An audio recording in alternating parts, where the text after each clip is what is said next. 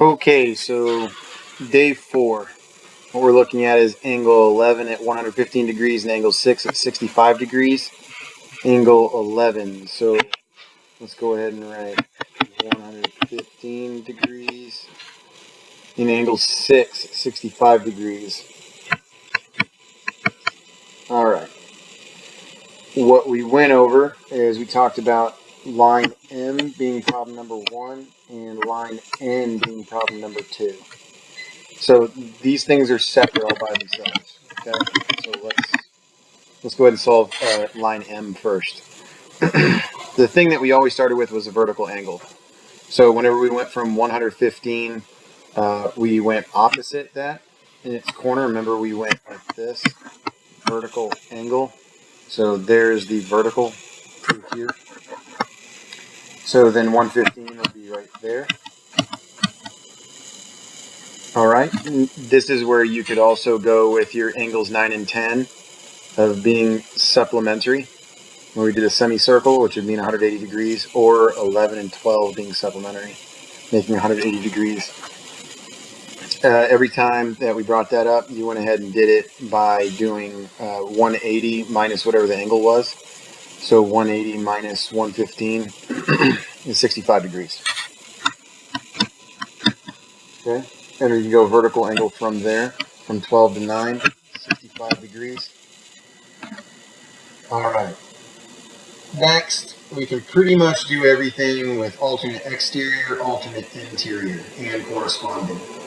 So I'm just going to switch colors real quick, and we're going to go with corresponding angles. I'm going to do that in red. Corresponding angles for angle 12 would be 4. So if you had an external one, the exterior, and interior, exterior. So just know that one of them's exterior, one of them's interior, and they're on the same side of the line that we're studying right now, which is line M. We could also do corresponding for 11 and 3, which would be 115. You can always check this by doing your 180 check. 115 plus 65 is 180. From there, we can go vertical. We can do those in blue. So we have our 115, and you have your 65 on 1 and 4. Boom. All done. You could have also done alternate exterior here and here, here and here. You could have done alternate interior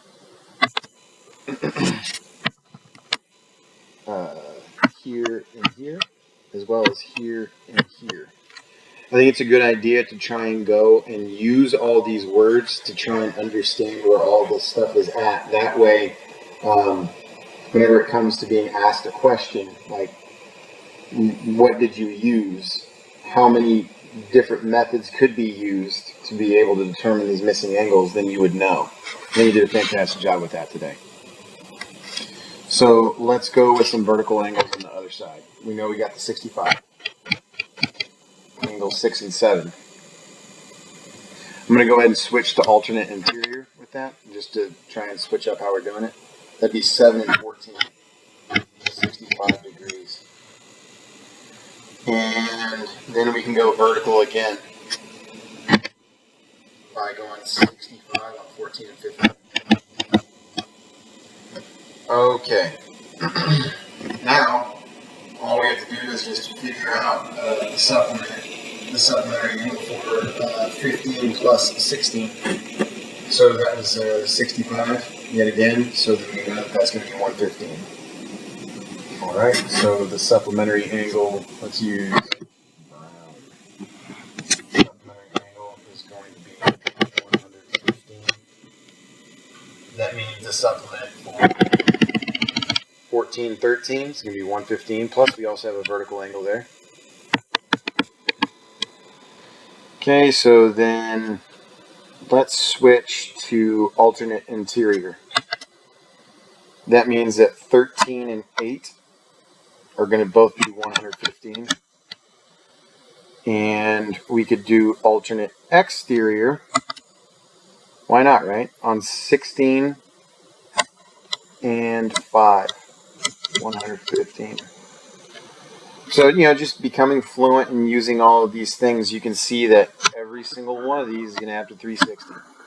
360, 360, 360.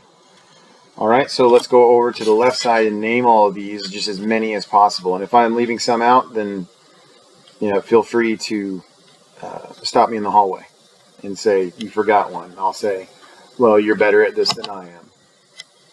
Alternate interior. We could say 3 and 10. Angle 3 and angle 10. We could also say 9 and 4. Angle 9 and angle 4. Let's go over to line 2, which is line N. We could do 7 and 14, angle 7 and angle 14. We could also do 13 and 8. The relationship between M and N is completely separate. You are solving 1/2 of a double intersected transversal. So don't try and link all the stuff that's happening on N over to the stuff that's happening on M. All right, alternate exterior. Alternate exterior, we got 1 and 12.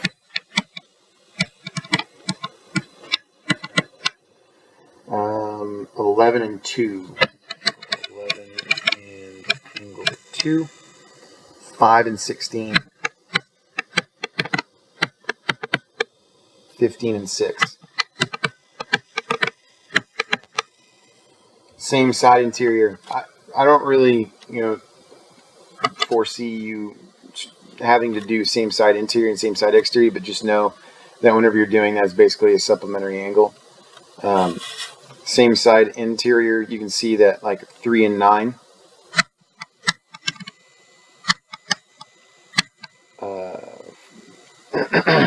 4 and 10. 7 and 13. And 8 and 14. And keep in mind, the reason those are the same side interiors because they're on the same side of the line that we're studying, which was M or N, and they're in between the two parallels, which makes it the interior. So the same side exterior, follow along the same idea. It's just going to be they're on the outside of the parallels. So that would be 1 and 11. 1 and 11. 2 and 12.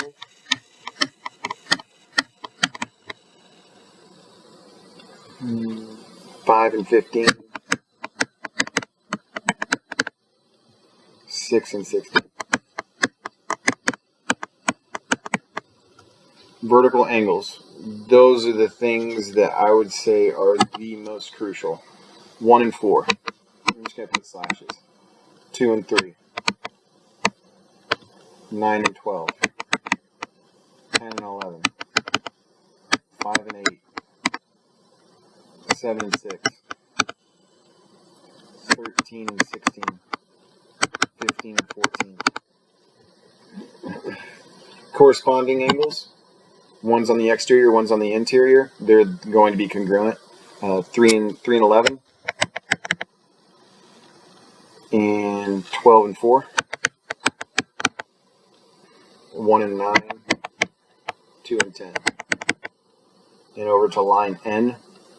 5 and 13. 7 and 15. 6 and 14.